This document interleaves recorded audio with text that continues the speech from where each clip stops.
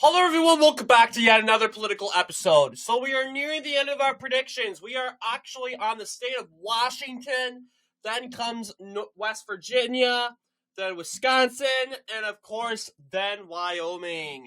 So let's get into this then. So Washington was a little confusing because, yes, it actually looks exactly the same as did the 2020 election results.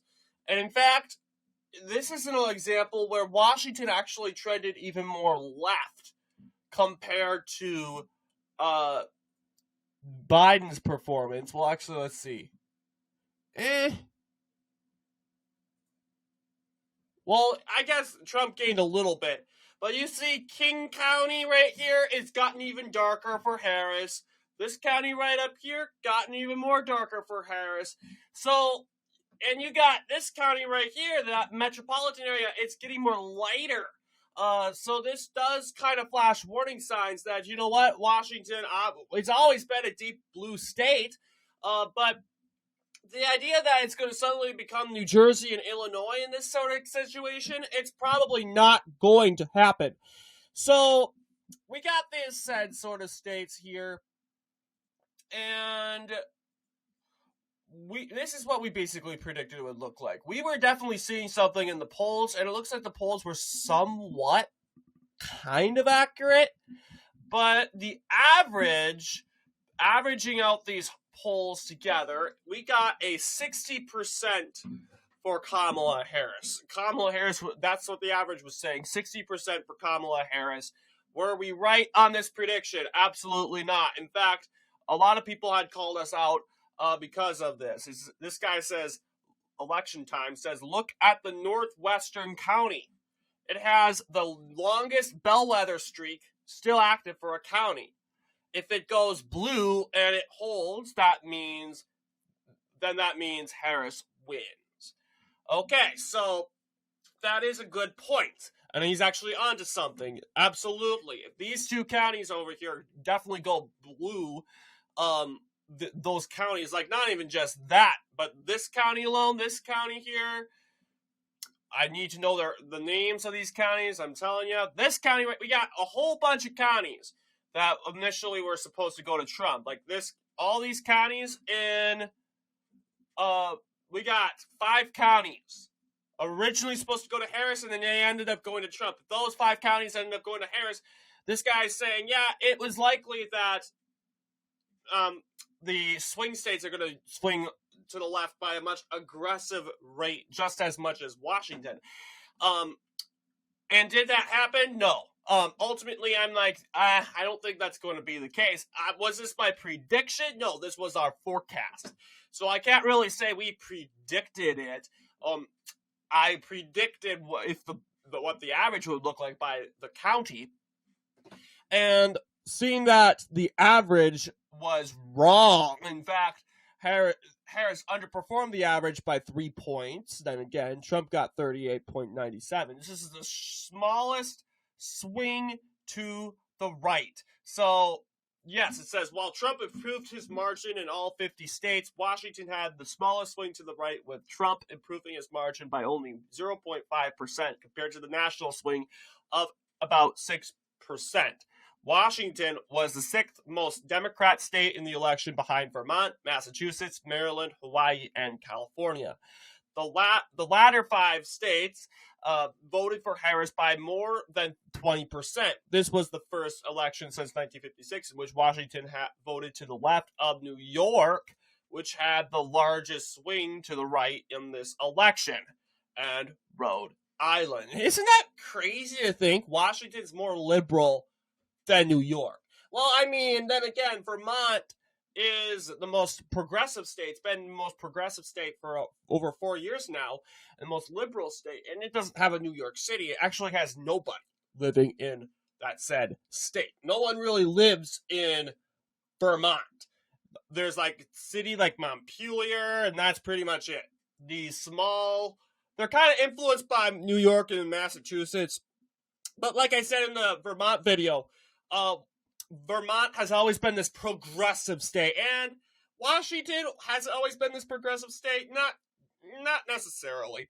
It did vote for it was a red state for like during the Reagan era. It was just mainly the radicalization in Seattle and what we were seeing the movement in Seattle, along with the radicalization west of the said Cascade Mountains. If you are unaware, and we talk about this channel all the time, Washington is divided politically between the west, you see west of the Cascades is generally more liberal, and east of the Cascades generally more conservative. Although you got this county right here, it's a swing county, a bellwether, but in this case it isn't. But yeah, it voted for Romney, and it can go back Republican a couple times. So yeah, we were wrong about 5 counties. And we were unnecessarily unsure about that county right here. You'll see this county has made an aggressive shift to the left a couple times. So Washington counties, take a look here at, is it Mason County? Yes, Mason County. And this is a pretty small county. I think it has a university. To be fair, university, I'm guessing, likely. But yeah, it's very competitive. And if it doesn't have a university, it's likely because of, yeah, you'll see here, Trump won this county by 4 in 2020. Now, he went underwater in this county in 2024, despite overall improving his margins everywhere. He, this time, won it by 3 percentage points. But yes, you'll see there's only one city in Mason County, and that's Shelton. That's kind of weird, isn't it? And it's barely going Republican. It's just because of the political atmosphere, really, of the counties that vote liberal. They're usually at the west of the Cascades. Counties that vote conservative are the east of the Cascades. So very fascinating, I find it. But yes, this is what our map is. Nothing really changes. So the theory that things were going to change and that Washington was going to become this sort of progressive hold, sort of like Vermont, failed. We also consider, like, you know what, Harris would unite the progressive vote as she did with Obama, I should say, as Obama did in 2008 and 2012. That, of course, didn't happen. And it barely took a swing to the right, but you can definitely see Washington's one of the most pro-abortion states in the country. So the issue of abortion was a big issue there, even though abortion's very well protected in Washington. I don't know why they make this such a huge issue. It's just stupid if you think of it. But then again, you could say, oh, I'm going out to vote for the economy. Oh, I'm going out to vote for democracy. And then again, you don't know how such a grapple that Seattle has. Very, very influential here. Seattle is very powerful with their media. And again, very left-wing, far left, whatever you want to call it. And yeah, you could definitely see here. Margin expanded for Harris due to Seattle, King County going in more for Kamala Harris compared to what it did 4 years ago for Biden. Then again, you could say it's the Gen Z woman or something like that. Okay, actually, I was wrong. King County shifted a little bit back to the right. It originally went to Biden by 74%. It swung back to the right by 73%. Okay, 1 point to the right. So, looking at... Yeah, I was wrong. What about this county right here?